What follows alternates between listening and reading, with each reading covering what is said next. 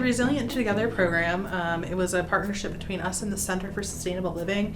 They came to us because they are kind of feeling that we should be doing more sustainable programming, and it's a thing that I am very passionate about, and so I was very happy to partner with them to do this. And so we kind of picked topics that we thought most people would be interested in and they would be able to do something about right now. So things like making your own tote bags, which gets rid of some plastic from your just weekly grocery shopping, or even just learning how to compost, which is something that anybody can start even if you're in an apartment. So these are just different projects that we wanted to work on that would give people a way to start combating climate change right off the bat when they left the program.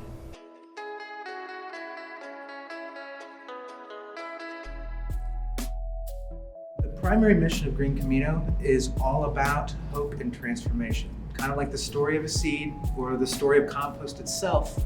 It's all about putting love and intention and work into something, being patient, and after time and doing that, you get some gold out of that, you get some transformation, and you get things like going from food waste through this messy process that involves chickens and tractors and people turning it and all these things. And a few months later, 6 months, 9 months, depending on your system, you get this black gold, this rich, nutrient-rich, earth revitalizing stuff.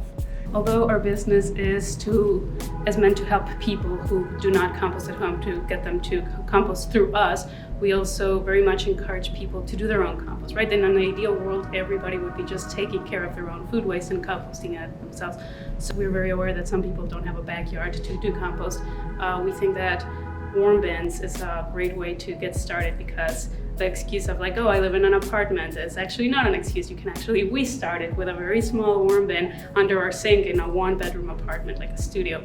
So we're gonna be building little warm bins, and these are really tiny. They're actually not even bins, they're buckets. But it's a really good way to start. I think of compost as making a cake, you know? There's a recipe, there's many kinds of cakes, and the thing here is that you're making a cake not for yourself, but for microorganisms. So you're making a yummy cake that you want microorganisms to eat. And there are, as I said, many flavors of cakes, many kinds of cakes. Some cakes are really easy to make, 5 minutes. You just stir it up, put it in the oven, and you're done. Some cakes have layers and are really delicate. And compost is the same, honestly. You can be very lazy making compost, and you can just like dump stuff in a corner and eventually it will break down. Or you can be like really dedicated and you can love your compost, and you can like go out and measure it every day, measure the temperature, check out the humidity, and turn it, and then you'll have amazing compost, right? And the same with the cake. The more, probably the better ingredients and the more time you spend in it, it's gonna be like this amazing cake. Compost for me is exactly the same.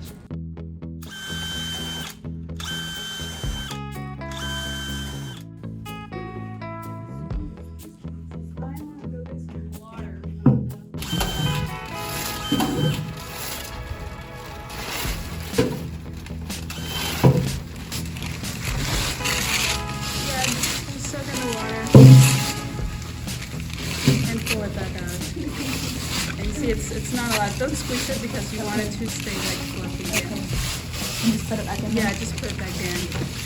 Let's take more from mine, probably. And do you want the gloves? Here, let's do this. Let's wash your hands when you're done. No, for sure. One of them is because I think it was getting too I forget about that all the time. We get to drive by there now.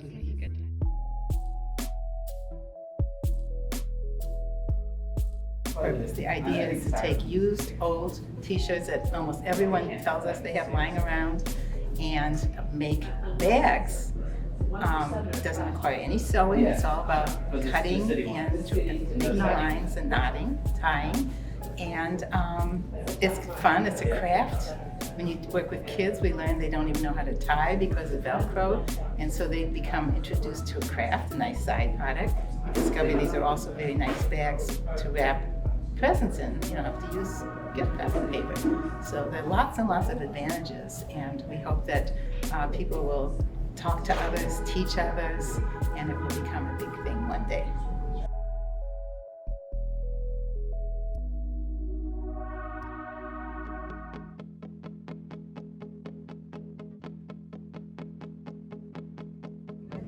basically draw the neckline here into the opening of the bag. Alright, So partly it depends on how open you want it to be.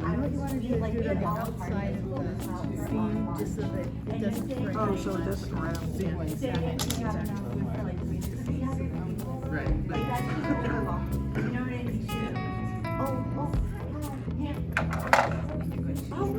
I usually do anywhere from 3 to 5 inches, depending on how good you are at tying and how flexible your fingers are. So just make a line across. Yeah, make a line across.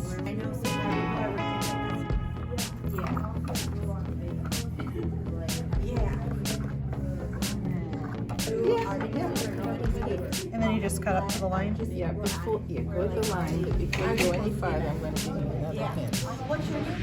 And that is do your 2 seams with the side of it, because those are tricky and you need that done. So I usually start with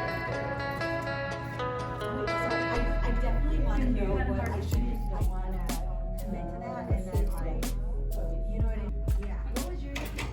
Jack, and you're from there was like C-A-T-H-C-A-R. But do a couple, at least 2, because you need to make it strong.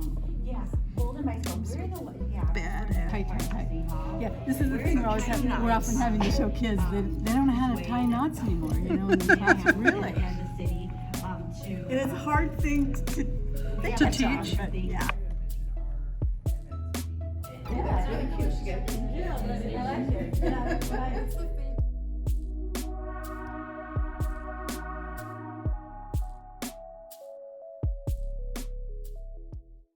Compost is decayed matter, and it does not smell bad. It does not smell like actually something that is decaying because it has already passed that stage of decaying and it's already stable. If it's good compost, it should be stable.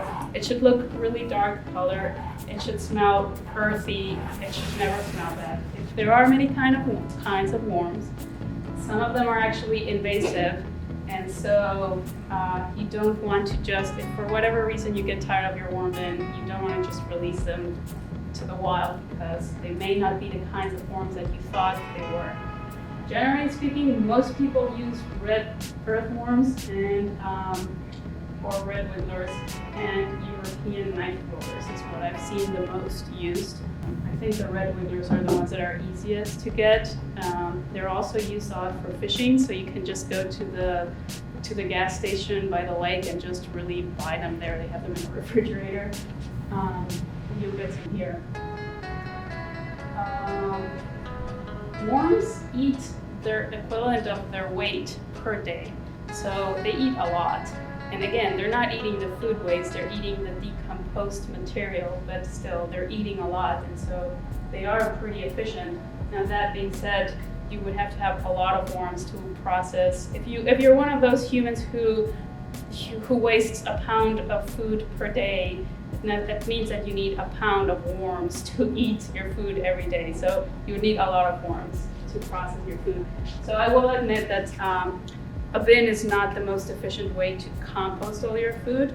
They also can't eat everything. So worms are way more picky than just microorganisms in your backyard.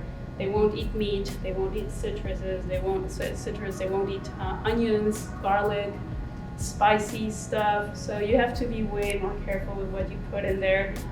There's a lot of things that you can put in, like bread, that they'll be fine, but it will mold and it will stink. And so that's the other consideration when you're dealing with worms. You want to be careful what you put in there, because if you have it in your house, and if you're like us and you have it under your sink, you don't want to put something that's just going to like rot and that they're not going to eat it, and it's just going to decompose slowly and mold and stink.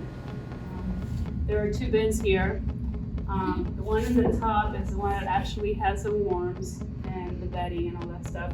The one on the bottom is catching all the water, and so that is why you want to. The one in the top has holes that we're going to drill. We have some drills there. So what we do is we drill some holes on the side to let air come in.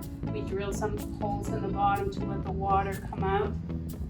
With the buckets, we probably won't need it, but these have, I normally put 2 rocks, or I think that here I have 2 pots that are just turned over to hold the bin up to make sure that there's enough space for the water to accumulate.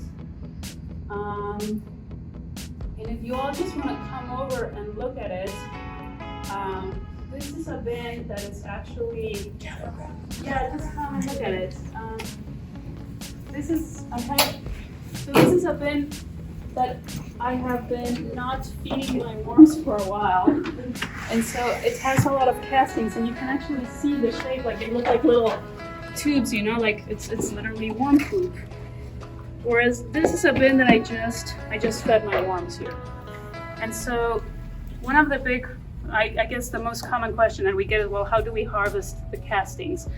What we do is, first of all, I starve the worms before I harvest. And so that way I make sure that they are eating as much of whatever leftovers are there, not only the worms, but the bacteria, right? So if you're really interested in harvesting the castings, this is not a way to compost most of your food, because, for example, a bin like that, I don't feed them, I feed them every 7 or 8 weeks. So you can't just like accumulate your food for 8 weeks and then just give it to them, right? So this is not a practical way for you to get rid of your food waste. It's more of a way of you generating some worm castings to use as compost. It's also a cool way to kind of like see the process, see the biology. And it's about becoming more mindful about it too, because Exactly. you know, I mean, like Andrea said, I mean, I started composting when I was still in grad school. I lived in this tiny attic apartment, but I used a bin setup just like that, and it just made me so much more conscious of how much food waste or compostable stuff I was throwing away. And so, yeah, I mean, I wish that something like this existed, that we could compost even more, and of course now it does. And I But think it gets that started. Yeah, and that is important. I think that even if you're not able to compost all your food waste, just attempting to separate it to give you an idea of how much you are producing, I think that alone is a really big mind blower. Like, so what we do is that we feed them on one end, and then I let 8 weeks pass, and then I feed them on the other end. And so what that does is that it forces them all to come to the other end. They're starving by that point, right? And so they all have to come to this side to start feeding, and because there is no food on the other side, then it's really easy to harvest without getting the worms when you're harvesting. So this is a bin it's close to done. I would still give it a little more time. There's some things that didn't break down entirely, like eggshells. I'm also lazy. I will say that if you grind the food, they will break it down much easier and faster, but we're doing too much, so I just like pour things in there. This is a better example of what yours is going to look like right now. So I normally put the food waste on one side, and I cover it with the bedding, which is a newspaper. And what we're going to do is the newspaper, the bedding, you get it wet. What we do is we're just gonna soak it in water and put it there. Since you're gonna start with nothing but just like bedding, we'll just make a layer of bedding in your bucket. If you were gonna start, for example, if you were gonna start a bin, what we would do is we just put a layer of bedding all over the bin. Then we would introduce the worms, and then we would just put food waste on one side. That's how you would start a bin.